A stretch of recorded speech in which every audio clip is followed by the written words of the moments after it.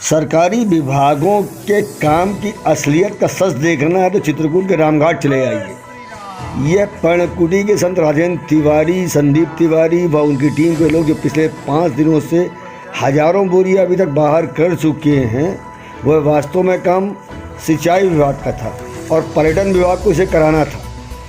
मज़े की बात यह है कि 2 साल पहले जब घाटों का पुनर्निर्माण हुआ तो यह बोरियां नदी में जो बालू की डाली गई थी उसको छोड़कर ठेकेदार भाग गया। तब से लेकर आज तक आए 2 डीएम में से किसी भी डीएम या अन्य अधिकारी ने सोचा ही नहीं कि इन बोरियों को नदी से बाहर निकालकर इस घाट को साफ कराना है।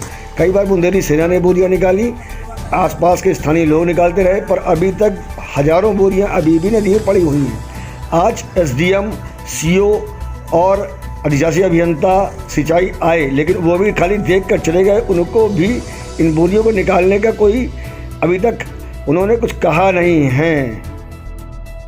आज से 2 साल पहले इसी रामघाट में घाटों के निर्माण के लिए इन बोरियों को लाया गया था और घाट निर्माण होने के बाद इन बोरियों को बाहर नहीं निकाला गया, जिससे मां मंदाकिनी में अनेक प्रकार का कचरा जमा हो रहा है, जिसकी वजह से मां मंदाकिनी का जो जल का स्रोत है पुराने, वो सभी धीरे धीरे सूखते चले गए और पानी इतना कम हो गया कि आज हम घुटने तक में पानी में नदी को इससे उस पार तक जा सकते हैं। तो वही जो लॉकडाउन में हम लोगों को 4 घंटे का समय मिलता है, तो आधा पौन घंटा में हम अपने घर का सारा कार्य निवृत्त करके और बच्चू महाराज जो कि पर्णकुटीनाथ मंदिर के पुजारी महंत व्यवस्थापक हैं, इनके दिशा निर्देश से गांव के जो भी गरीब जन हम लोग हैं मिल करके मां मंदाकिनी की साफ सफाई करते हैं, क्योंकि ये हमारी अमूल्य धरोहर है और अगर ये सूख गई तो हमारा जीवन किसी मतलब का नहीं, हम भी मर जाएंगे। तो इसीलिए हम ये सब काम 4 लोगों को ले करके और मां मंदाकिनी की सफाई करते हैं। अभी 6 महीने पहले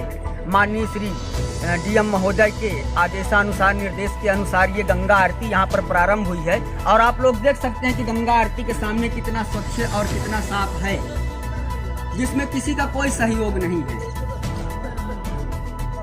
तो इसी मां मंदाकिनी को बचाने के लिए हम लोग अपना अथक प्रयास करके मां मंदाकिनी की सेवा में लगे हुए हैं। रामघाट, और रामघाट में भी वह स्थान जहाँ संत तुलसी को हनुमान जी के द्वारा बताया गया कि भगवान श्री राम यही है। मौनी अमावस के दिन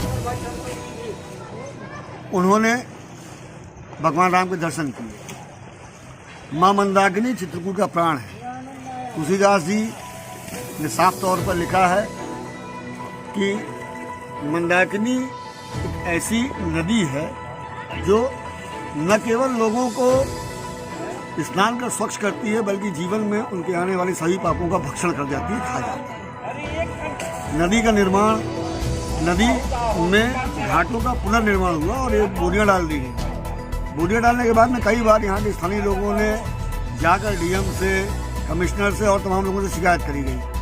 हमेशा सिंचाई विभाग ने बताने का काम किया कि ये दूसरे डिपार्टमेंट का मामला है, हमारे पास बजट नहीं है, हमारे पास कुछ नहीं है, जबकि जिन्होंने पुनर्निर्माण किया उनको इसको लगाना चाहिए था। आज की तारीख में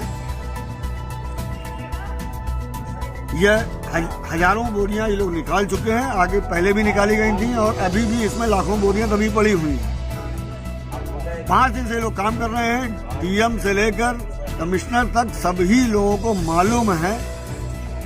कल सिंचाई विभाग के एक्सीएन विपिन, आशुतोष कुमार, दोनों से बात की गई। दोनों ने एक दूसरे के ऊपर इस मामले को टालने का प्रयास किया। बाद में जब आशुतोष जी ने स्वीकार किया कि नहीं ये हमारा मामला है, हम आगे देखेंगे, उन्होंने कहा हमारे पास कोई बजट नहीं है कि हम उसको निकाल पाए। तो वास्तव में नदी को लेकर बहुत अच्छा बोलने वाले प्रधानमंत्री की सरकार में जब अधिकारी इस तरह बोलते हैं कि नदी हमारी जिम्मेदारी नहीं है, हमारे पास कोई बजट नहीं है, जल शक्ति मंत्रालय ने हमें कोई पैसा नहीं दिया है, तो एक सोचनीय विषय हो जाता है। ऐसा नहीं होना चाहिए। फिलहाल चित्रकूट में हमारे कोरोना लॉकडाउन के समय मंदाकिनी के जलयोद्धा जल से गंदी बोरियों निकालने का काम लगातार कर रहे हैं, आगे भी करते रहेंगे। मेरा साधुवाद उनके साथ है। मैं संदीप